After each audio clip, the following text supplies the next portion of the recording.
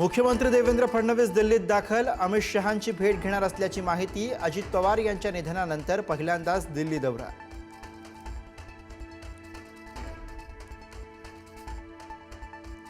जिल्हा परिषद निवडणुकीत भाजपचा डंका, 12 पैकी 8 झेडपीत भाजपचं वर्चस्व।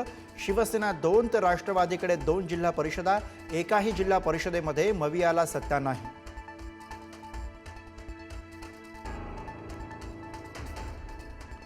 पंचायत समितीमध्येही भाजपच नंबर 1चा पक्ष। भाजपचे 400 पेक्षा जास्त उमेदवार विजयी।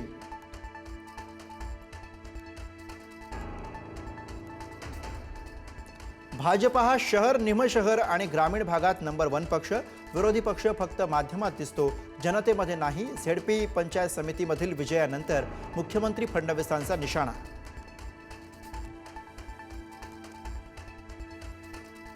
पुणे जिल्हा परिषदेवर दादांच्या राष्ट्रवादीची एकहाती सत्ता। पुणे जिल्हा परिषदेच्या 43 जागांवर राष्ट्रवादीचा विजय।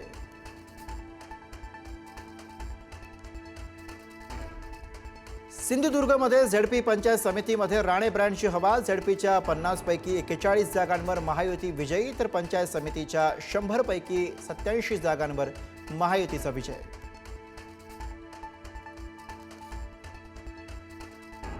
रत्नागिरी जिल्हा परिषदेत शिवसेनेची एकहाती सत्ता।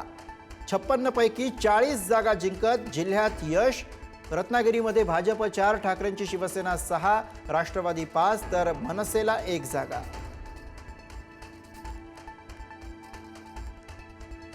सोलापुरात राष्ट्रवादीचे उमेश पाटील आणि त्यांचे बंधू संतोष पाटील यांचा पराभव। भाजपच्या राजन पाटील यांनी पुन्हा थोपटले दंड।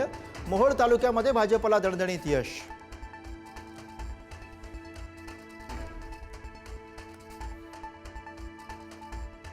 सोलापूरच्या माळशिरसमध्ये आमदार राम सातपुतेंच्या पत्नी संस्कृती सातपुते भाजपकडून विजयी। उत्तम जानकरांचे पुत्र जीवन जानकर पराभूत। खासदार धैर्यशील मोहिते पाटलांनाही धक्का।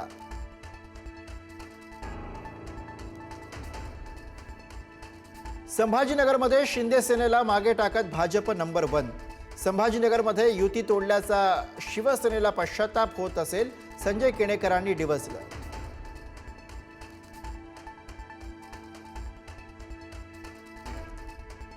सुनबाईंच्या विजयानंतर शहाजी बापू पाटील यांना अश्रू अनावर।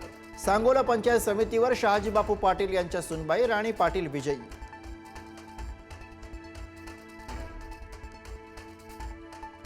सुनबाईंच्या विजयानंतर आमदार सदाभाऊ खोत यांचा जल्लोष। मोहिनी खोत बागडी जिल्हा परिषद गटातून विजयी।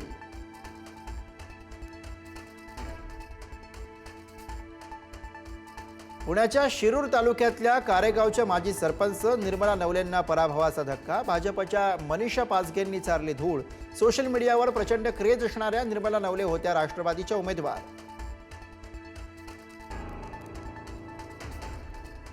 सुनेच्या विजयानंतर राष्ट्रवादीच्या देवराम लांडेंचा थेट लंगोटमध्ये जल्लोष। पुण्याच्या जुन्नरमध्ये देवराम लांडेंच्या सून मोनाली लांडे विजयी।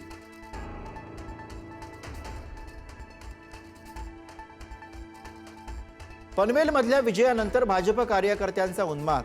पनवेल मतदान केंद्राबाहेर पोलीस आणि भाजप कार्यकर्त्यांमध्ये मोठा राडा। भाजप कार्यकर्त्याने पकडली पोलिसांची कॉलर।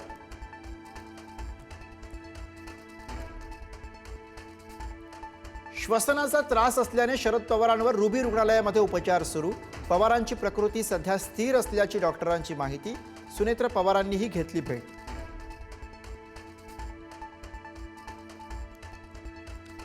सावरकरांनी ब्रिटिशांची मदत केली होती, त्यांना भारतरत्न द्यावा असं मानत नाही। प्रकाश आंबेडकर यांची प्रतिक्रिया। तर उद्या नथुराम गोडसेलाही भारतरत्न द्या म्हणतील असदुद्दीन ओवैसींची टीका।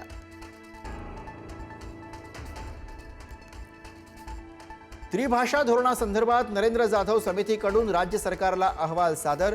इयत्ता पहिलीपासून हिंदी भाषा शिकवली जावी की नको याबाबत अहवाल तयार। लवकरच अहवाल मंत्रिमंडळासमोर ठेवला जाणार।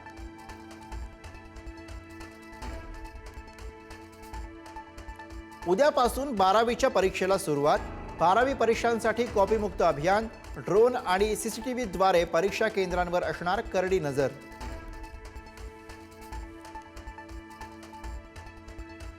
मुंबईच्या विलेपार्ले पूर्वमध्ये सुविधा पल इमारतीच्या वरच्या मजल्याला आग. आगीत व्यावसायिक जितू सत्रा यांच्या बहिणीचा मृत्यू.